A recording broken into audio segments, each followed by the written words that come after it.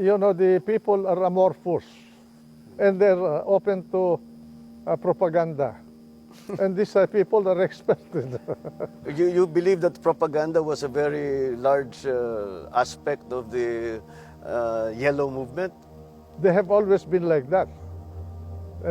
Even during the time of your father, we were. They have people in all the media outlets. In your view, has the role of the media increased or decreased over the years? But it will increase, especially with the speed of communication now. We have the cell phone, the social media. You can read the news on your telephone. In your cell phone, and you can also text your opinion.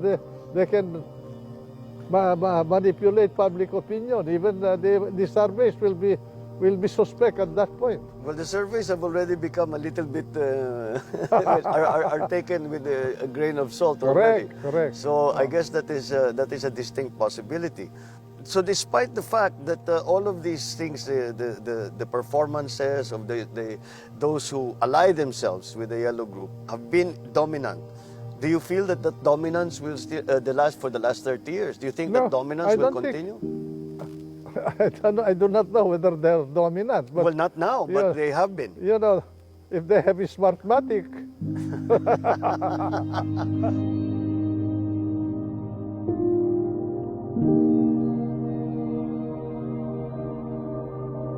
Bongbong, when I was in that government, I knew that I was there only temporarily because from the very start, I was actually like a pariah in the cabinet of Cory.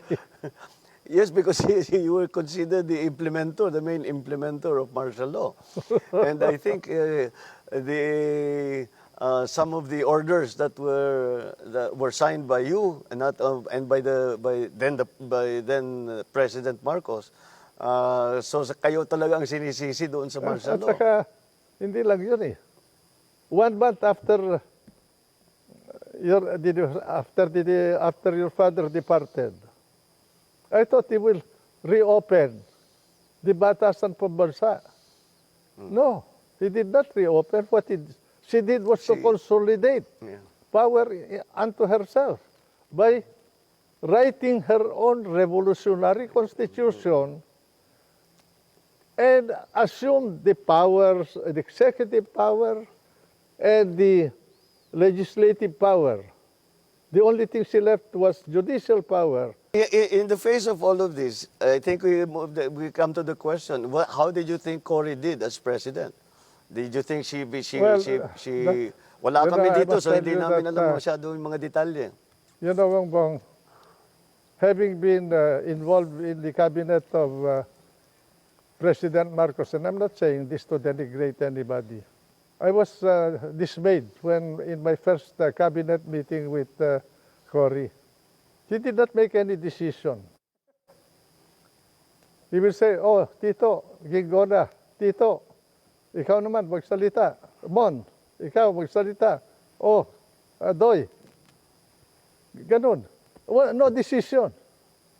And I realized finally, personally, I'm sorry to say this, but I realized in that first meeting that I had in that cabinet, that the president that succeeded your dad did not know anything about governance. And it showed afterwards. Well, it wasn't. He was the ones governing the country was not Cory. Other people who were around her. Oh. Well, it's not surprising because if you look at her record, she has no experience or even inclination, as far as I could tell, for government work or public service. Yeah. Well, I do not know whether it is true that she was very fond of playing mahjong. And that's why. Well, since we've come to the subject of Cory Aquino, and I guess that brings us to EDSA.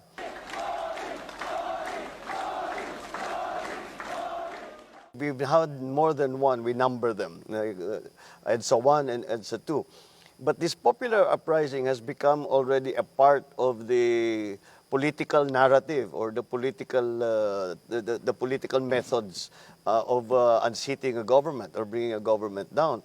In your view, is that a good development? Should it be part of the narrative? Should we choose our leaders this way? You cannot prevent people from marching in the streets to peaceably assemble for redress of grievances. That's constitutional. But in the case of the first EDSA, the question is why EDSA? Who decided that the event must be in EDSA? Cory did not decide that. None of the Liberal Party people decided that. They were all gone. They were in Cebu. While the drama in Manila was unfolding, Aquino was in the southern city of Cebu, continuing a post-election campaign advocating civil disobedience. It was there because we went to Camp Aguinaldo, Yes, right. and that is where the confrontation took place. Now, as far as we were concerned in the RAM, we never planned to involve the people. It was plainly, purely a military action, but with one condition, that we will not harm the president and his family. It just happened that it burst that day because of things that I do not want to discuss now, no? Involving a group of generals who had also a political plan. I do not know whether your father, I'm sure your father did not know, or your mother. But they had a political plan for the country. To establish an alternative and government? From my point of view, I had to do something about it at that point in our history because I was involved with the military. I was the head of the Department of Defense. I did not involve the generals of the military because they were involved. And so I had to work with young people in the military who were idealistic enough to agree to protect the interest of the country and the Filipino people without involving the people themselves. You see? But God was with us because that event turned out to be bloodless. No? Yes. Oh. Because because your father restrained himself. I understand you gave them orders to wait. I told them to wait because they are massing civilians near our troops, and we cannot keep on withdrawing. They asked us to withdraw yesterday. When I talked to Mr. Enrile, he said you talk to you, we withdraw a little. My order is to disperse We the cannot withdraw all crowd the time, Mr. President. We without must. shooting them. No, hold on. You disperse the crowd without shooting them. I remember many of his advisors at the time in the palace, while we were observing what was happening in the camps with you and General Ramos, many were advising him to I read the book attack. of Art Arvisa, no? But, And I saw the restraint of the president as gleaned from that book. And I saw also the folly of our plan to assault the palace. If we assaulted it, we could have been massacred. Because at that point, you were prepared already. we were very well prepared. I mean, I think it's the first time we are able to talk about it. We would have been massacred there, you know. In fact, But I think there was a guiding hand that more or less controlled that event. By the way, I did not know that your dad was sick, huh? If you remember, I went to the palace. I do not know whether you heard about this. July of 1985, I was resigning. why were you resigning? Because some people reported to the president that my men in the Department of Defense were scaling buildings at night. It was true that we did, but that was in connection with his instruction to me to organize an anti-terrorist group unit in the Department of Defense. So on that basis, you thought that you did not, no No, longer... they were saying that you were planning something. Although, to be truthful, at that point we were organizing because I received an information that there was a military junta and that I was supposed to be executed by that junta. if something happens to your president. I did not know that the president was sick at that time. Why were you on the kill list of that junta? Why are you the declared Probably because I was a enemy? hindrance to their political objective. So unbeknownst to many or most people, there was a plan for a military takeover already. Correct. And the junta was already organized. Yeah. Can you tell us who the members of the junta were? Well, maybe for You will be surprised. The chief of his staff, the general of the head of the Philippine Army, the army. the head of the Philippine Air Force, the head of the Philippine Navy, the head of the Philippine Coast Guard. Those were the members of the junta. How were they going to take over the reins of power? According to the information I received, if your father died, they were not supposed to announce it at all. They will keep it away from the knowledge of the public. They will invite all the members of the cabinet in the name of your father for a cabinet meeting. And once we are in the palace, we will be quarantined. But in my case, I will have to be executed. This is something that, again, I don't think maybe this is the first time that this information has seen the light of day. Well, So the uprising of what became EDSA was not a break with my father. It was an opposition to this junta. correct. But it just happened that on the day we went to Aguinaldo, we were already going to be arrested by the presidential guards Well, because because of the information that you got, that the palace got. And naturally, we had no other way except to defend ourselves. I think it reached a fever pitch when you were barricading, because I remember those helicopters, those very famous photograph of the helicopters landing on the roof and unloading firearms and military equipment. And nagbarikada na sila, That was the magbabarikada. helicopter of... ng army. No, Yung that mga was, Huey. That was the helicopter assigned to the Secretary of National Defense. Ah, MND yun. I see. Yun na nga. That was the helicopter I was using. But they came and the photographs were Correct. published of them unloading firearms, Correct. unloading military Correct. equipment, communications equipment. And the assessment in the palace at the time was that this is the beginning of a coup d'etat. But we had information beforehand that there was going to be an attack on the palace. Correct. I received the information. But there was no plan to harm the president. That is what Greg Honasan also told me when we talked about this long after the actual That events. was our common agreement. And Minister ENRILE commandeering the complex housing the Ministry of Defense. Well, Tito, I have been all this time since 1986. I have been wanting to ask you a question, and I have never found the opportunity to do it. And I think this is a good time. Yeah. After all that happened in EDSA, after all of this uprising, etc., nandun na kami, dinala na kami sa Guam and then eventually to Hawaii. Bakit hindi kayo ang nagpresidente? You knew the characters that were involved, and you were much more qualified than any of them. Your dad was giving me the government in the morning of Tuesday, February 25. I remember, Tito, I was there when he made the phone call to you. Correct. He was asking me to ask Cory to postpone her oath-taking. But I told him I would try. You know, Bongbong, I did not intend to take over power in the first place.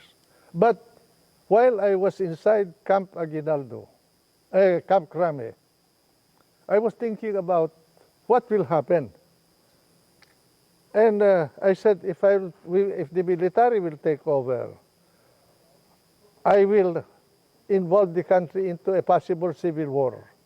Because the election was just finished. There is a big block of votes that voted for Cory. There was a big block of votes that voted for your father. And I was not exposed to the electoral process at that point. I'm sure that if the military took over and I assume power, I will have enemies inside my military organization also. Then there is a possibility that the two forces that fought in that election will combine. To, Was it likely? it's possible. I suppose yung tropa namin and those who were opposed to you within the MND Yeah. Central. And then you have the bulk of the military at that point, who did not know where they will situate themselves. All of that I thought about it. By the way, Monday night, I called for Jimmy Ongping to come to Camp Crame, and I said, this event that is happening now will be a protracted event. Let us organize a provisional government to handle the running of our revolutionary government. I said I proposed 5 cabinet positions: just defense, finance, local government, justice, and foreign affairs. Sa inyo yung 4, kako, na posisyon. Sa amin yung defense. Because I wanted to balance their political forces against the military forces. Alam mo ginawa nila that night? That is where I started to suspect them. They filled all the positions in the cabinet. They organized their own cabinet. But you had an agreement previous to that. I had an agreement with Jimmy Ongping. Ay kako, hindi po na mga totoo na tao na itong kausap ko. Yes, it's always been a mystery to me because you were positioned perfectly to take over the reins of power. And we were all a little surprised watching this again from far away. And we were saying, for sure, I'm sure, si Minister... I was afraid not for myself, but for the country, that it will cause a bloodbath. I think you were similar in thinking to my father because one of the reasons, and I asked him this directly, is that why were you so hesitant to use force in 1986? Nung talagang papasukin na yung palasyo, binobomba na tayo, binabaril na tayo, ganun. Why were you not, marami naman kaming tropa, we were very well prepared. Because as I said, we received the information of an imminent attack on the palace 1 week before you and General Ramos went to Crame and made your stand in Crame. So we had the chance to prepare.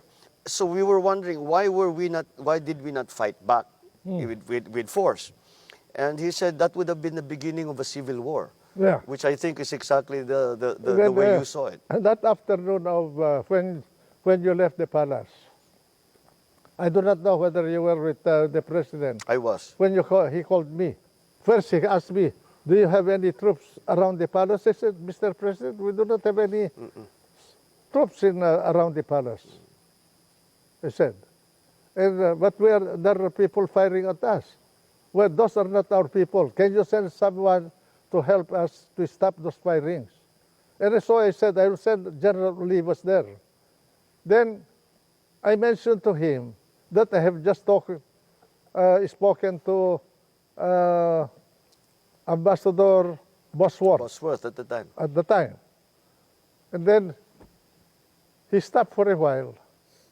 And then he said, can you call him back and ask him to make available to me the services of General Allen, Teddy Allen, so that we can leave Malacanang. I called up Bosworth after our conversation. I called up Bosworth and I told him about the request of the president. After a while, Bosworth called me up and he said, can you ask General Ramos to coordinate with Teddy Allen to help in the departure of the president from Malacanang? And that's what I did. I remember very well that it was General Allen. We remember we were waiting for the American helicopters. Yeah. Because the presidential helicopters was also in Malacanang Park. Yeah. But they had already been strafed. So may tama na, so they were. But then the proposal was that they would send helicopters from Clark. They sent 2 big helicopters from Clark. And I remember when we crossed Pasig River, the officer who met us was General Allen.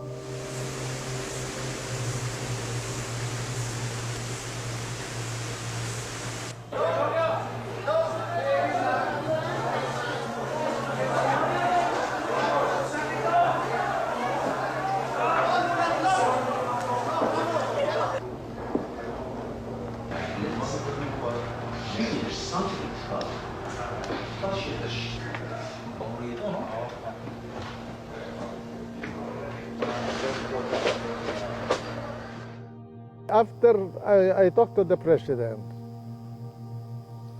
I rode to Wakwak, to the house of Josephine Cojuangco, the sister of Cory, because that's where she was. Cory was there. And then when I arrived, his whole cabinet, the people who became her cabinet officials were there, and Doña Aurora.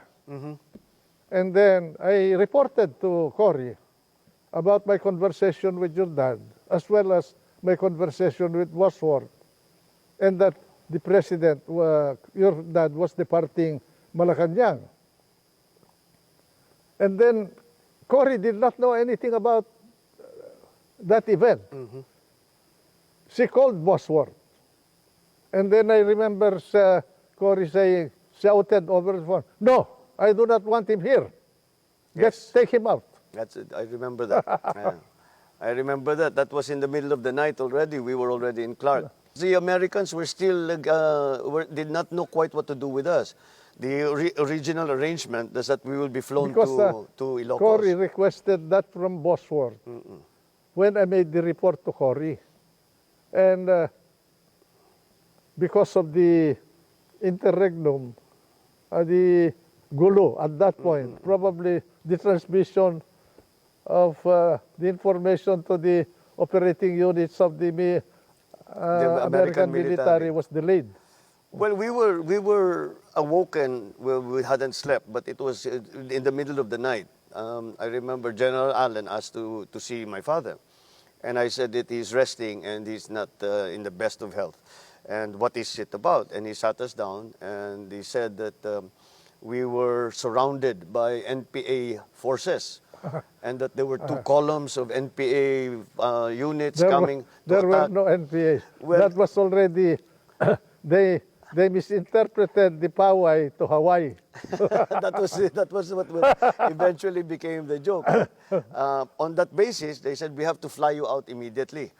And instead of going to Poway, and the excuse that was given was that we cannot fly to Poway because Poway does not have lights to land in the middle of the night. Because, I knew that your dad had an intention of going up north. Because in the morning of Tuesday, he asked, if I go north, do you think I'll be protected? Of course, I told him. And if I get out of the country, can I come back? And of course, Mr. President, you are a president of the country, you are free to come back to the country. Those were my answers to him. Oh. So it was very much a decision at that time na ayoko dyan. Basta get him out of the country was then Cory's decision. Siguro sabi nakinig sila kay Cory, yung mga Amerikano, because sabi niya, peremptory yung kanyang sabi. No, I do not want him here. I take him out of the country. Well, that seems to be the same report that we got, and actually, eventually, the Americans told us that we were actually said the instruction was that not to be brought anymore to Ilocos, but to be taken out of the country. So Tito, let's take all of this now. With this as the foundation of all of as a historical background, context. The history was totally distorted to favor one group. And it is unfortunately continuing. That is why exercises Yeah. such as these are And, important. Little by little, the truth will come out. Well, I'm glad that you have asked me to join this conversation so that at least we can somehow correct the distortions of history. I am very grateful to you. And I'm Tito, willing to challenge anybody here in this country to debate with me about the events. Well, Tito, your knowledge and your perspective is based on actual experience and actual facts. I think that is the difference between you I did not and want the those that factual have been facts. challenging you. I have not lied to the people. I have not manipulated the events. I dealt with them as I faced them. Well, Tito, on that note, Thank you. I know it is for me to thank you for allowing welcome. us a view into the Anytime, into- any place, I'm always at your service. Just tiyag ni natata. Thank you very, very Yaman much. lang.